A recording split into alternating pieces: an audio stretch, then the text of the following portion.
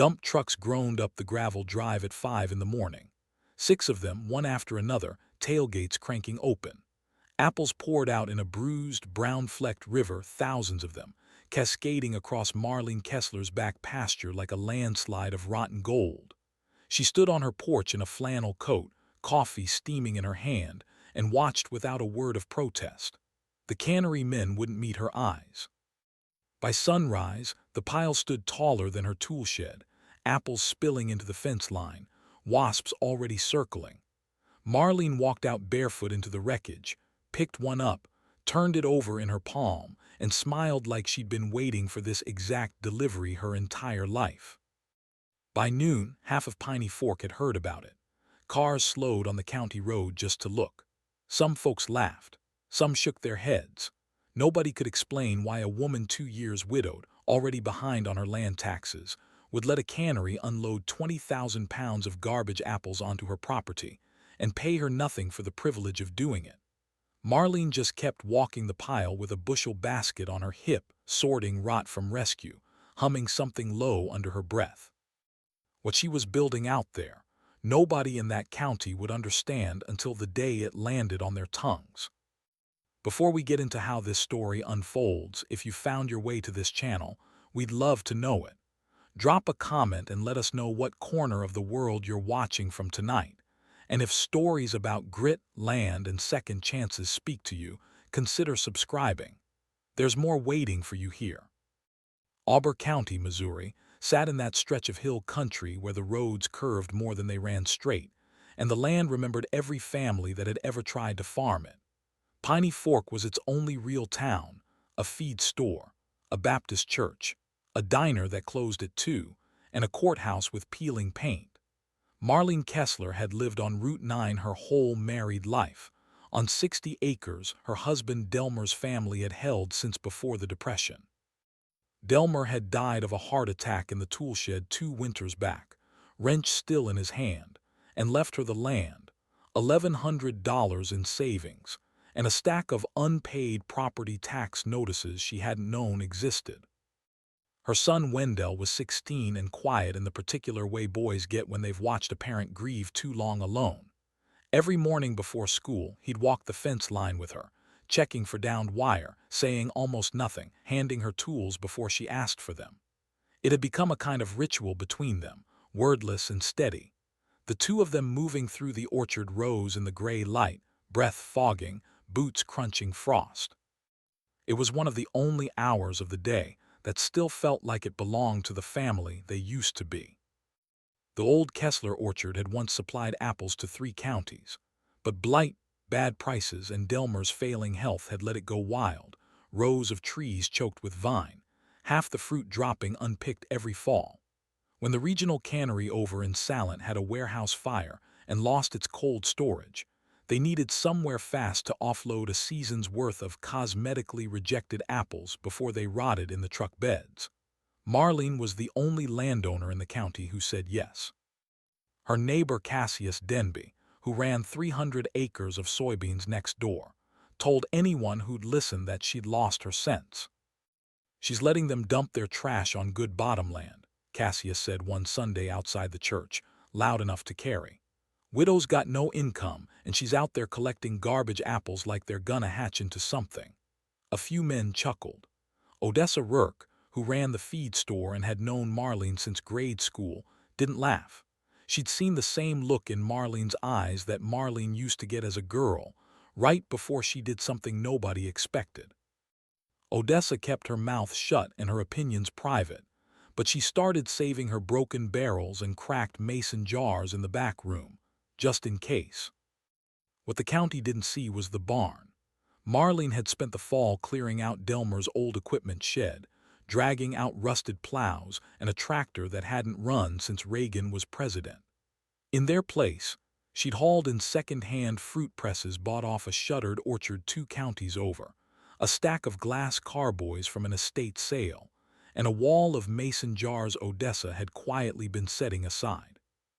She worked by lantern light most nights after Wendell went to bed, grinding apples into pulp, pressing juice into buckets, testing yeast in mason jars lined along the windowsill like a science experiment nobody had asked her to run. She wasn't wasting the reject apples. She was making cider, hard cider, the old-fashioned way her grandfather used to make in Kentucky, back before Prohibition scared the family out of the business. Bruised apples, scabby apples, apples too small or too lopsided for a grocery store shelf. None of that mattered once they were crushed and fermented.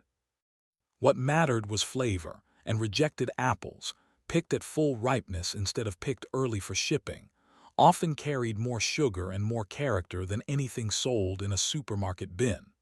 Marlene had learned that from an agricultural extension pamphlet she'd read 4 times over, dog-eared and coffee-stained on her kitchen table. Wendell found her one night elbow-deep in apple mash and asked flat out if she'd lost her mind, same as everyone in town was saying. "We need groceries, Mama, not moonshine." Marlene didn't answer with words. She poured him a small taste of the first batch, 3 weeks fermented, still rough around the edges. He made a face, too tart, too strange, but he didn't spit it out. And underneath the sourness, there was something bright and honest that neither of them had words for yet. "It's not moonshine," she finally said.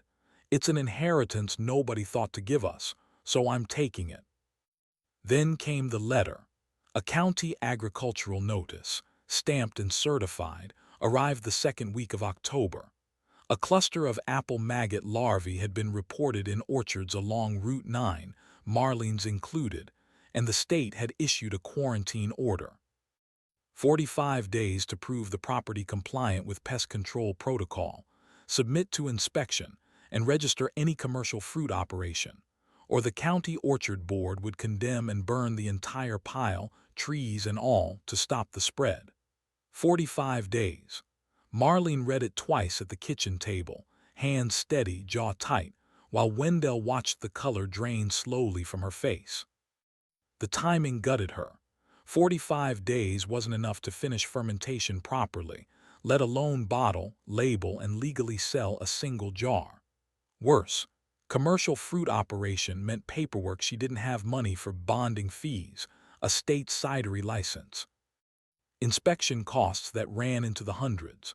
She drove into Piney Fork and sat outside the county extension office for 20 minutes before she could make herself go in. The clerk, a tired man named Harlan Prout, told her plainly that most first-time applicants took 4 to 6 months to get licensed, not 45 days, and that burning was standard procedure when landowners couldn't comply in time. For 3 days after that, Marlene didn't go near the barn. She let the presses sit idle, let the carboys bubble unattended, let the mash on the counter start to sour past saving. Wendell found her sitting on the porch steps at dusk on the 3rd evening, staring at the pile of apples still heaped along the fence line, and for the first time in 2 years, he watched his mother look defeated. "Maybe Cassius was right," she said quietly, not looking at him.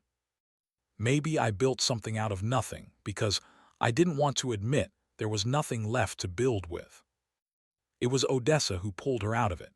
She drove out unannounced the next morning with a thermos of coffee and a folder full of paperwork she'd been quietly filling out on her own time, bonding applications, a list of state-approved inspectors, even a sample commercial license pulled from a cidery 2 states over. "You didn't build nothing," Odessa said, dropping the folder on the porch rail. "You built something so real it scared the county into a rule book. Now we follow the rule book faster than they expect us to." Marlene looked at the folder a long moment, then reached for her boots. What followed was the hardest stretch of work Marlene had done since Delmer's funeral. She and Wendell hand-thinned every remaining apple on the trees, bagging fallen fruit, clearing brush, doing everything the extension pamphlet said would satisfy a pest inspector. She drove 2 hours each way to the state licensing office 3 separate times, filling out forms in the parking lot because she didn't trust the mail. She sold Delmer's old truck, the one he'd restored himself, the one Wendell had learned to drive in to cover the bonding fee. Wendell didn't argue about the truck. He just helped her sign the title over without a word. With 11 days left on the quarantine clock, the fermentation still wasn't ready, the labels still weren't approved, and the inspector hadn't even scheduled his visit. Marlene stood in the barn one night surrounded by bubbling carboys, 45 days feeling more like 45 minutes, and for the first time let herself say out loud what she'd been afraid to admit, that she might lose the orchard, the pile, and the last piece of Delmer's land all in one county-ordered bonfire, no matter how hard she'd worked. Wendell, sitting on an overturned bucket beside her, finally spoke. "Then we make sure they can't burn what's already gone." On the morning of the inspection, the county truck rolled up the drive with 2 orchard board officials and a man carrying a clipboard and a drum of accelerant. They expected a pile of rotting apples and an unlicensed widow.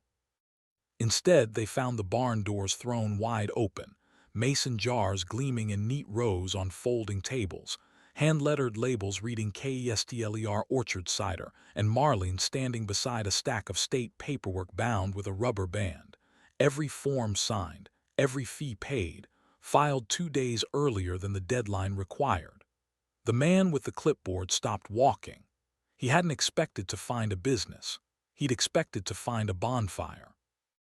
Behind him, a delivery van from a Springfield restaurant supply company pulled into the drive, followed by a second truck from a distributor out of Kansas City, Odessa's doing. Word passed quietly through a cousin who tended bar at a farm-to-table place that had tasted a jar Odessa slipped them weeks before.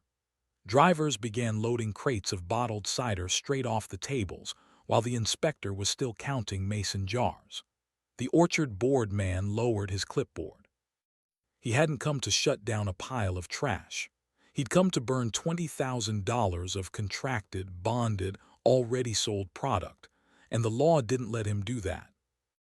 By afternoon, half of Piney Fork had driven out Route 9 just to see it for themselves, trucks lined along the fence, crates stacked shoulder-high, Marlene's barn smelling of yeast and crushed apple and diesel exhaust.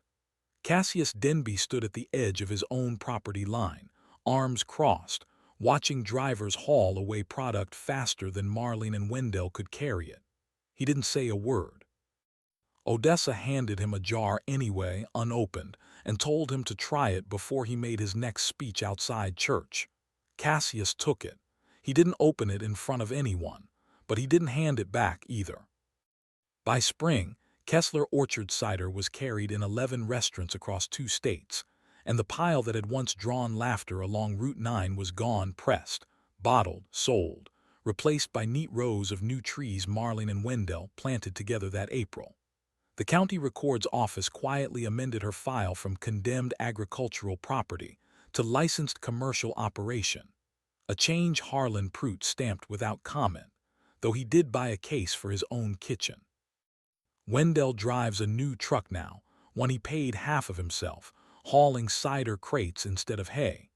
Marlene still walks the orchard some mornings barefoot, the way she did the first day the trucks came. Cassius Denby never gave a speech retracting what he'd said outside the church. He didn't need to. Every fall since, he shows up at harvest time with his own truck and a case of empty jars, and helps carry apples nobody else wanted into a barn that turned rejection into something worth 6 figures a year. Around Piney Fork, they don't call it the reject pile anymore. They call it the orchard that grew out of a burn order, proof that what the county marked for fire, Marlene Kestler had already turned into something worth saving, one bruised apple at a time.